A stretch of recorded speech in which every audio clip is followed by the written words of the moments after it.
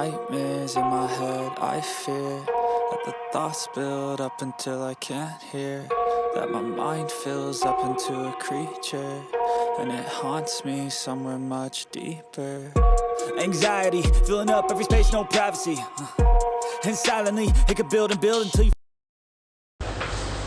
Salam sejahtera Malaysia, denyut nadi suara rakyat bergema di channel ini. Berita terkini yang mengejutkan pastinya membuatkan ramai orang tertanya-tanya apa yang sebenarnya terjadi setelah Vincent Tan telah menyaman Sanusi.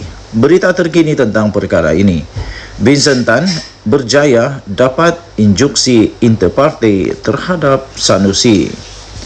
Berita penuh.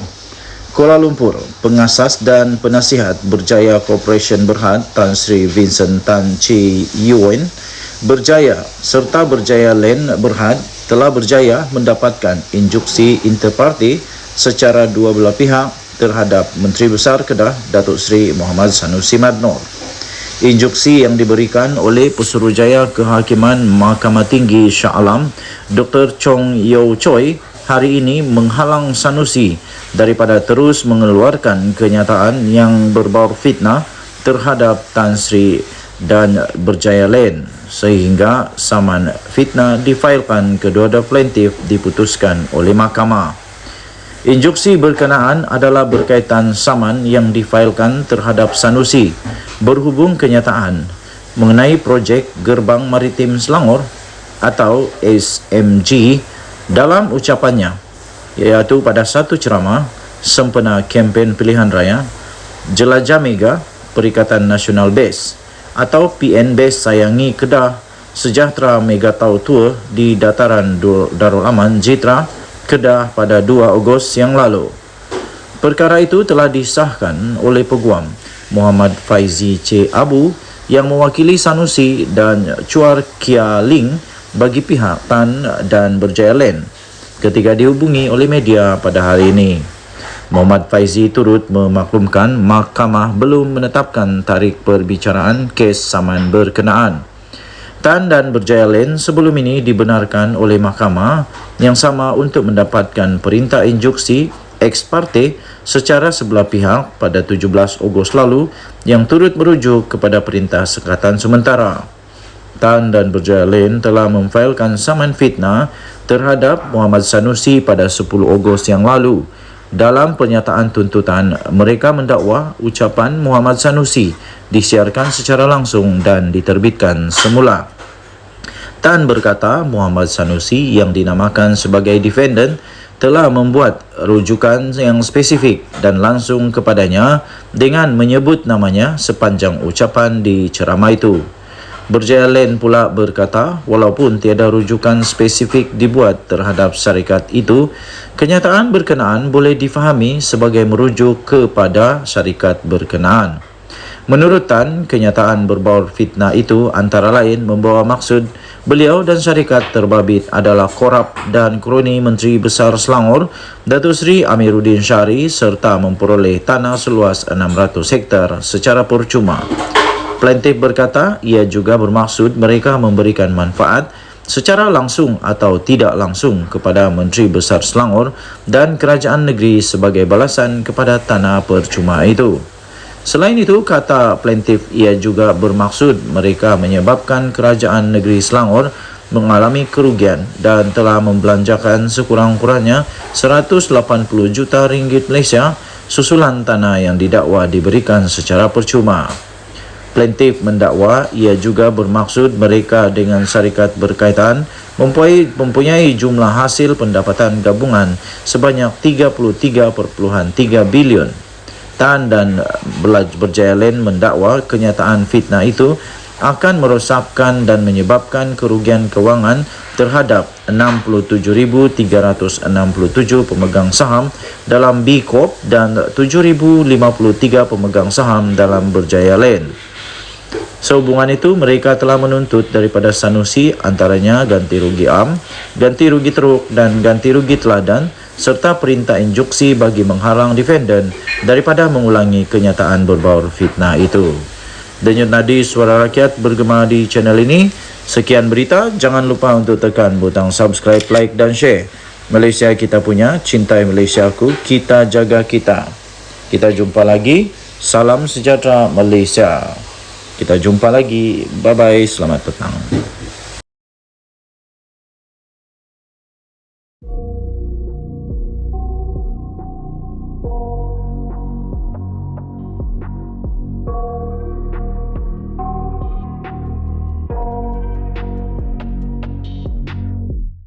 I got nightmares in my head, I fear that the thoughts build up until I can't hear, that my mind fills up into a creature, and it haunts me somewhere much deeper.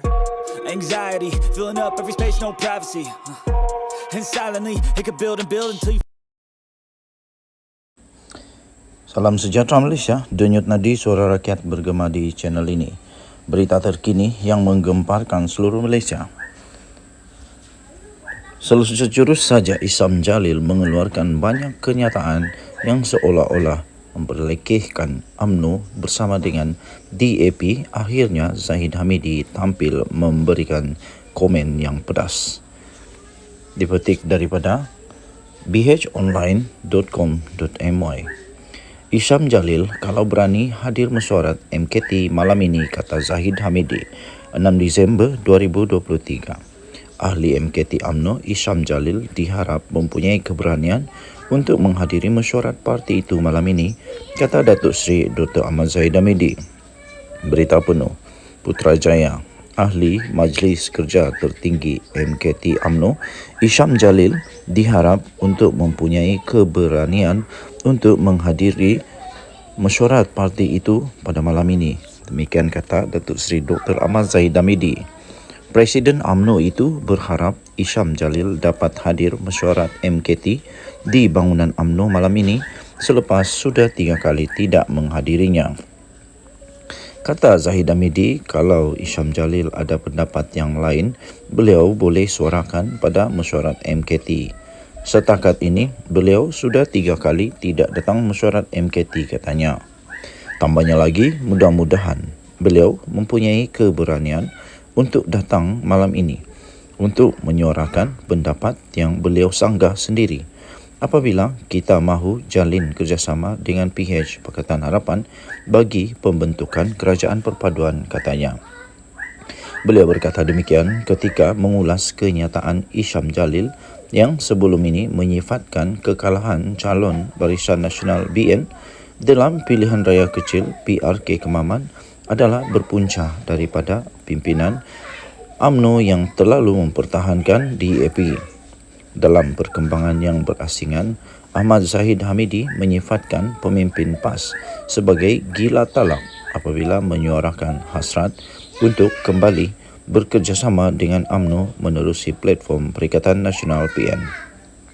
Justru beliau menggesa PAS untuk berhenti bermimpi di siang hari. Selain menasihati parti Islam itu berdoa supaya berhenti menipu UMNO sekali lagi. Setakat ini, katanya, tiada kabar angin sampai kepada UMNO. Mungkin ada pihak telah kegilaan talak sebab mereka pernah ada dalam kerajaan dahulu. Alangkah sakitnya apabila ada jumlah kerusi yang banyak tetapi berada di pihak pembangkang. Jadi saya berharap mereka terus berdoa untuk tidak melakukan kekencingan, iaitu menipu sekali lagi kepada UMNO yang menyebabkan UMNO tidak langsung membuka jalan itu jalin kerjasama semula setakat ini. Tambahnya, setakat ini Allah tak buka lagi hati untuk melakukan kerjasama dengan mereka. Kami minta mimpi siang mereka itu dapat dinoktahkan, katanya. Beliau mengulas kenyataan daripada timbalan Presiden PAS, Datuk Seri Tuan Ibrahim Tuan Man, yang tidak menolak kemungkinan bekerjasama semula dengan UMNO di sebalik sejarah pahit kedua-dua parti itu sebelum ini. Bagaimanapun, Tuan Ibrahim dipetik sebagai berkata, sebarang kerjasama dengan UMNO perlu melalui platform Perikatan Nasional yang turut dianggotai oleh Bersatu. Selain menjelaskan PAS tidak pernah mengetepikan agenda penyatuan ummah. Denyut nadi suara rakyat bergema di channel ini. Jangan lupa untuk tekan butang subscribe, like dan share. Malaysia kita punya, cintai Malaysiaku, kita jaga kita. Bye-bye. Salam sejahtera Malaysia. Selamat pagi tuan-tuan dan puan-puan yang dihormati sekalian. Dari dulu sampai sekarang masih lagi menjadi tanda tanya misteri.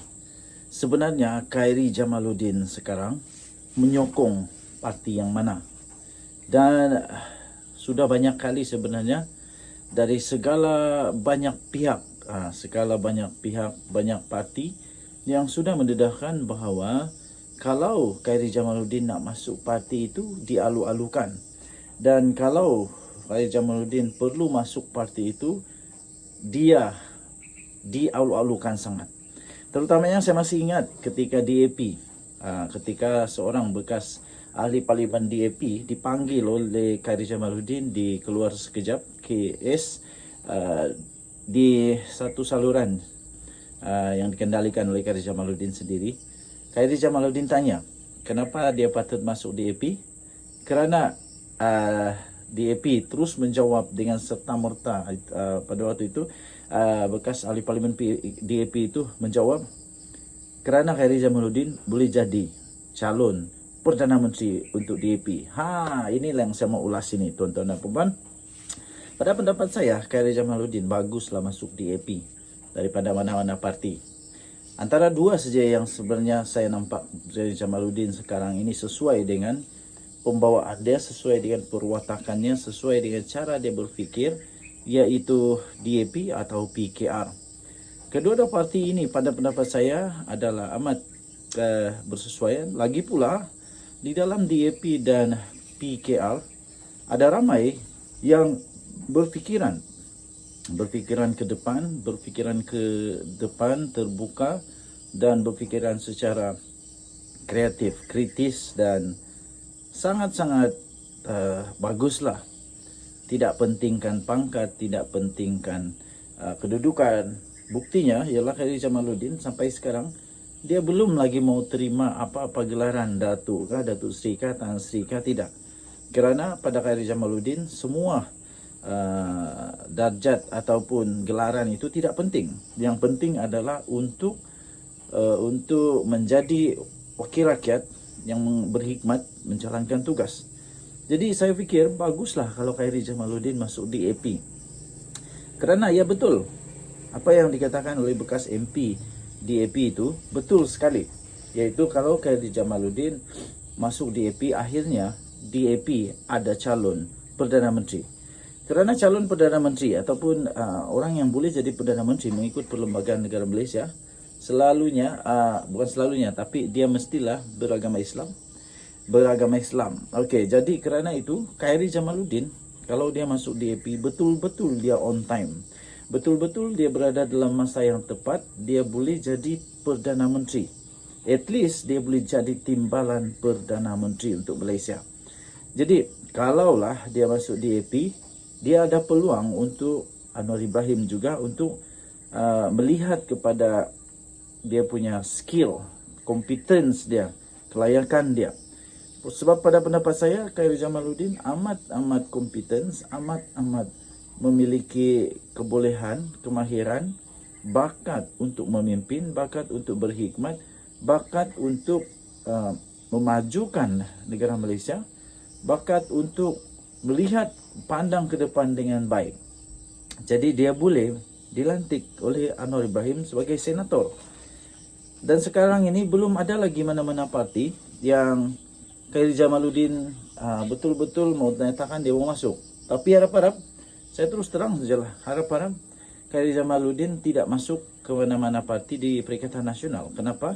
Cara Khairi Jamaluddin berfikir dengan cara Perikatan Nasional punya orang, kebanyakannya terutama pemimpinnya, tidak sama. Tidak sama cara mereka berfikir. Jadi nanti akan ada konflik dalaman, susah juga. Okey, jadi pada saya, tidak tahulah pendapat orang masing-masing. Tapi pendapat saya, baguslah Khairi Jamaluddin masuk DAP atau masuk PKR. Bagaimana pendapat anda? Kalau dia masuk itu mana-mana parti itu bagus, bagus, dan kemungkinan besar dia boleh untuk dibangkitkan semula. The giant within, the beast inside you akan boleh bangkit semula. Apapun, kita nantikan apa keputusan yang Khairil Jamaluddin akan buat. Kita jumpa lagi, bye-bye.